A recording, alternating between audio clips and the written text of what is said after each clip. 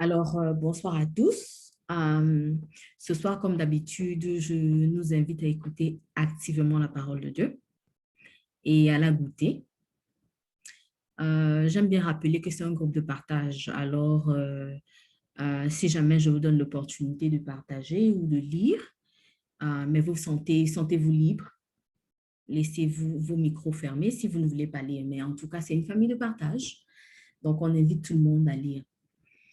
Avant de commencer, est-ce que je peux inviter donc William à faire une toute petite prière, juste le temps qu'on ne commence notre lecture.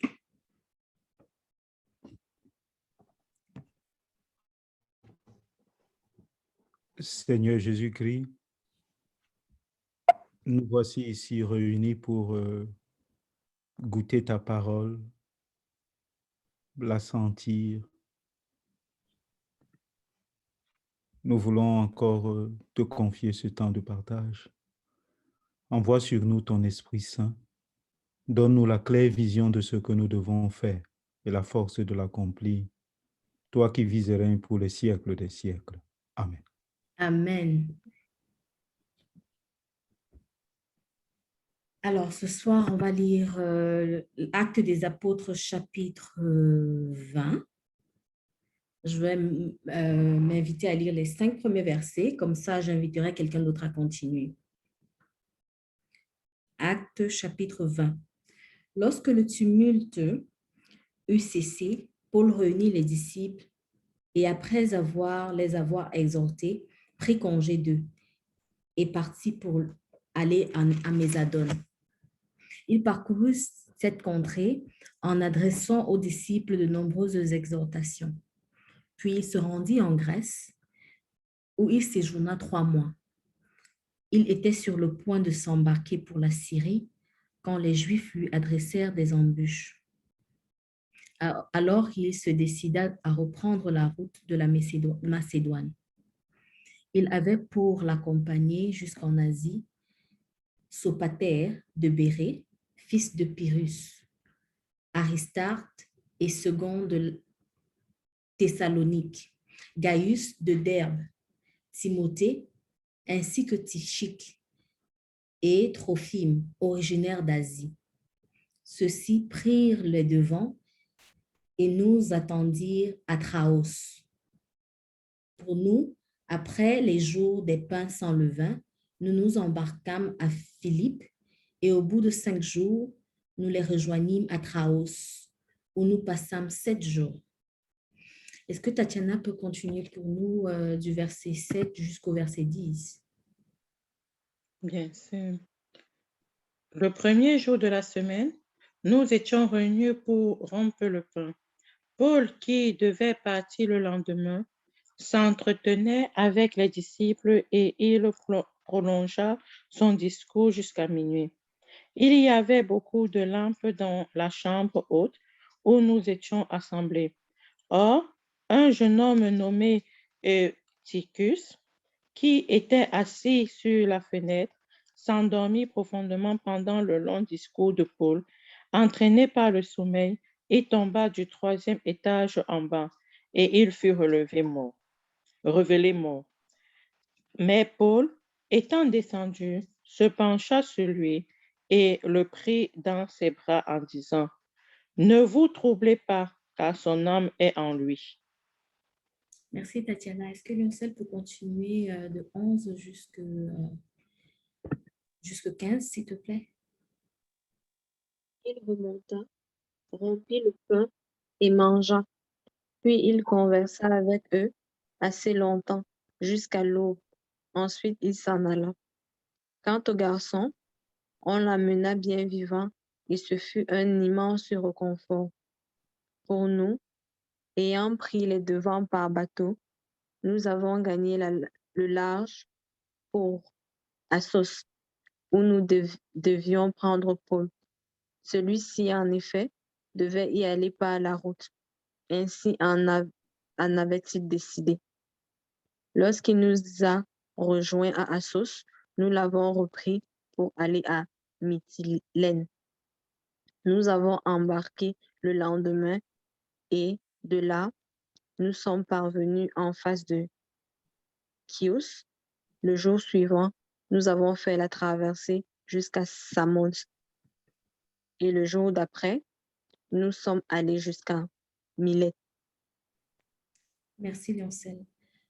Paul avait résolu de passer devant Éphèse sans s'y arrêter, afin de ne pas perdre de temps en Asie, car il se hâtait pour se trouver, si cela lui était possible, à Jérusalem le jour de la Pentecôte. Cependant, de Milet, Paul envoya chercher à Éphèse les anciens de l'Église. Lorsqu'ils furent arrivés vers lui, il leur dit, vous savez de quelle manière, depuis le premier jour où je suis entré en Asie, je me suis sans cesse conduit avec vous, servant le Seigneur en toute humilité, avec larmes et au milieu des épreuves que me subitaient les embûches des Juifs. Vous savez que je n'ai rien caché de ce qui était utile et que je n'ai point craint de vous prêcher et de vous enseigner publiquement et dans les maisons. Est-ce que Tatiana peut continuer de 21 à 25, s'il te plaît? Bien sûr. Annonçant aux Juifs et aux Grecs la repentance envers Dieu et la foi en notre Seigneur Jésus-Christ. Et maintenant, voici, lié par l'Esprit, je vais à Jérusalem ne sachant pas ce qui m'arrivera. Seulement, de ville en ville, les saints m'avertit que les liens et les tribulations m'attendent. Mais je ne fais pour moi-même aucun cas de ma vie comme si elle m'était précieuse, pourvu que j'accomplisse ma course avec joie et le ministère que j'ai reçu du Seigneur Jésus, d'annoncer la bonne nouvelle de la grâce de Dieu.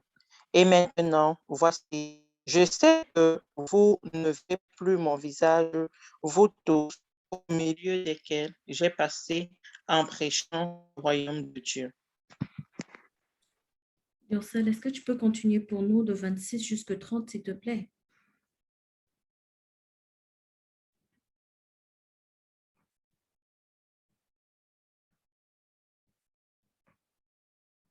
Lioncel?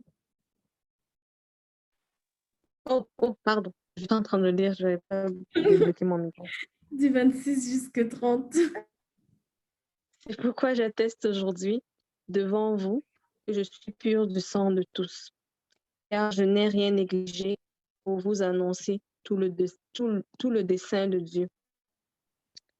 Veillez sur vous-même et sur tout le troupeau dont l'Esprit Saint vous a établi responsable pour être les pasteurs de l'Église de Dieu, qu'il a acquis par son propre sang. Moi, je sais qu'après mon départ, les loups redoutables s'introduiront chez vous et n'épargneront pas le troupeau. Même du milieu de vous surgiront des hommes qui tiendront des discours pervers pour emmener les disciples à leur suite. Merci.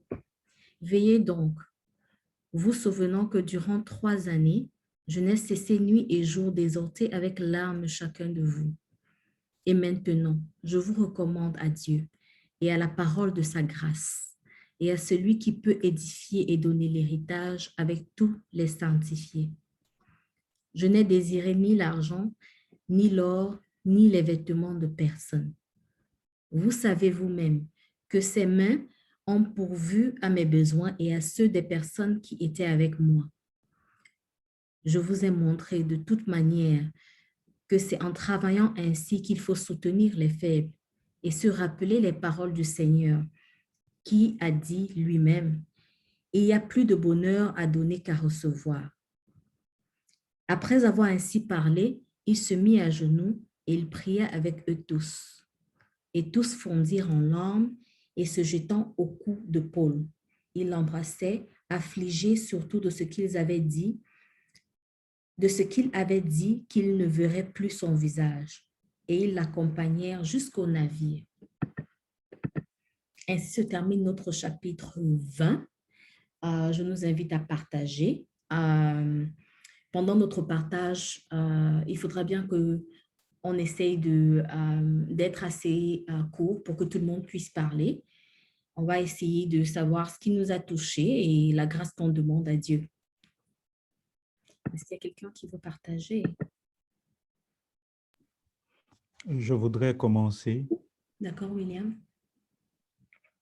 Moi, ce qui m'a frappé et ce qui me touche, c'est le personnage de Paul lui-même, l'amour qu'il portait pour ses condisciples. Et cet amour, pour moi, se manifeste dans le fait que des larmes, tous se mirent à pleurer abondamment. Ils se jetaient au cou de Paul et l'embrassaient.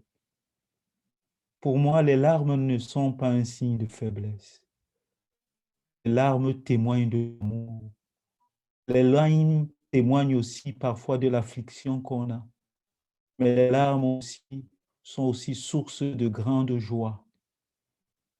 Que chaque fois que Dieu nous donne des larmes, qu'il nous apporte aussi la consolation. Que chaque fois que nous sommes affligés, que Dieu lui-même vienne nous donner la paix. Voilà la grâce que je voudrais demander au Seigneur pour chacun de nous et pour tous ceux qui nous écoutent via YouTube. Merci beaucoup, William. Que le Seigneur écoute tes prières. Moi, ce qui m'a touchée, c'était le courage de Paul dans la même lancée que toi, mais c'était beaucoup plus son courage et sa ténacité. Et je me suis rendu compte qu'il est d'une foi que, ma foi, jusqu'ici, je prie de recevoir. Je ne sais pas ce que je ferais pour mériter ça, donc je vais juste te demander la grâce d'avoir une telle foi. Lorsqu'on lisait, Paul a dit, ma vie m'importe peu. Je ne lui accorde aucune valeur. Mon but, ma mission, c'est d'aller proclamer la bonne nouvelle de la grâce de Dieu. Pourtant, aujourd'hui, je me rends compte qu'à la moindre difficulté, même si c'est que parfois on ne le dit pas, la plupart des fois on le dit, mais même si c'est qu'on ne le dit pas, on le pense, on dit, mais Seigneur, est-ce que tu m'as oublié? Est-ce que Dieu existe?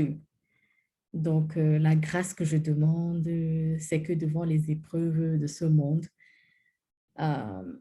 nos esprits nous rappellent les mots que l'Éternel lui-même a prononcés. Quelque part, lorsqu'on lisait, il disait, toute arme forgée contre nous n'aura pas d'effet. Alors, il demandait que nous soyons en paix en lui. Donc, il a dit, vous aurez des tribulations dans le monde, mais prenez courage, il a vaincu le monde. Donc, que nos esprits se rappellent toujours que devant l'adversité, on doit avoir la paix qui ne peut être donnée que par Jésus. Est-ce qu'il y a quelqu'un d'autre qui voulait partager? Oui, je veux bien partager. Oui, Tatiana. Je voudrais aller dans la même lancée que toi, Rose. Que le Seigneur puisse nous donner un esprit de persévérance aussi devant les difficultés. Et cette humilité que je demande à chaque fois, que les larmes, comme William vient de dire, soient un signe d'amour, de reconnaissance, de joie et aussi parfois de tristesse pour faciliter l'expression de nos sentiments. Ici, je constate comme le Seigneur, Paul a aussi de plus ressuscité un monde, que le Seigneur nous aide à ressusciter les âmes perdues, les âmes que nous-mêmes déjà, si nos âmes étaient perdues, si nos âmes étaient mortes, que le Christ entre en nous et nous revivre de sa parole, nous revivre de ce mot et nous là, avec tous et celles que nous rencontrons et que nous puissions revivre les personnes autour de nous grâce à l'amour de Dieu, grâce à ses paroles et confiance de nous. C'est ma prière de ce jour. Merci beaucoup, Tatiana. Est-ce qu'il y a quelqu'un d'autre qui voulait partager?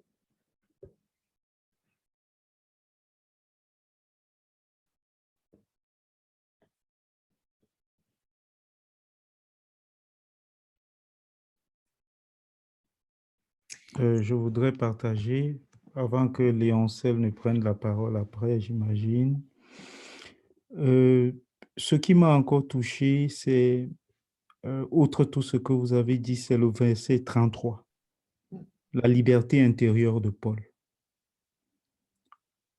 Je n'ai convoité ni l'argent, ni l'or, ni le vêtement de personne. Voilà pour moi les qualités d'un disciple. Quelqu'un qui ne s'attache pas au matériel. Quelqu'un qui ne s'attache ni à l'or, ni à l'argent, mais qui est uniquement là pour la parole de Dieu. Et ce verset me conduit à ce que Paul a dit encore, qu'il a travaillé de ses propres mains pour subvenir à ses besoins. Donc nous avons un pasteur, un serviteur de Dieu qui est libre vis-à-vis du matériel et qui travaille de ses mains, qui n'exploite pas les autres, qui n'exploite pas la fragilité, la misère, la faiblesse des autres. La grâce que je voudrais demander au Seigneur, c'est qu'il me donne de travailler toujours de mes propres mains avec l'intelligence qu'il m'a donnée et qu'il me donne toujours et à chacun de nous et à tous ceux qui nous écoutent la grâce de cette liberté intérieure vis-à-vis du matériel. Merci. Merci beaucoup, William. C'est tellement fort, le message. Merci beaucoup, William. C'est touchant. Je n'avais même pas vu ça comme ça. Est-ce qu'il y a quelqu'un d'autre qui voulait partager? Sinon, je voulais juste noter le rôle du Saint-Esprit dans l'appui qu'il apporte aux envoyés de Jésus dans sa mission. Parce que Paul a admis la difficulté de sa mission qui lui a été confiée par Jésus. Il a dit, malgré les épreuves, avec les larmes aux yeux, j'ai servi le Seigneur avec humilité. Et je me dis que pour arriver à la mission qui est confiée à chacun de nous, il nous faut quelque part une aide, un bouclier. Je dirais même un bouclier divin, hein, qui peut nous avertir, nous guider, nous protéger même. Donc, la grâce que je demande ce soir, c'est que le Saint-Esprit soit actif dans les difficultés que nous traversons. On a besoin de lui, on a besoin de son support. Juste parce que le temps nous court après, est-ce que je peux inviter quelqu'un à prier pour nous? Moi, je vais prier. Merci, Léoncel.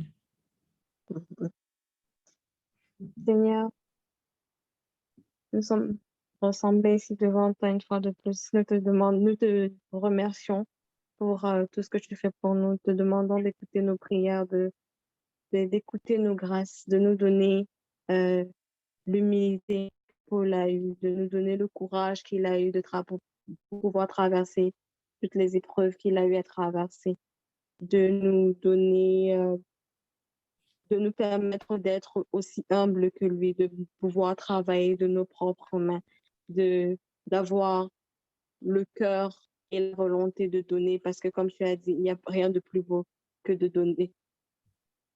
Donc vraiment, Seigneur, nous te prions et nous te remercions. Amen. Amen.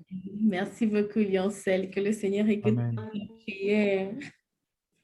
Voilà, ça se termine ainsi, notre chapitre 20. Donc, on se retrouve jeudi, ce sera le 22 juillet. Comme ça, on va partager ensemble le chapitre 21. Donc, on se retrouve jeudi 20h30. En attendant que le Seigneur nous comble de ses grâces, toujours. Bonne soirée à tous.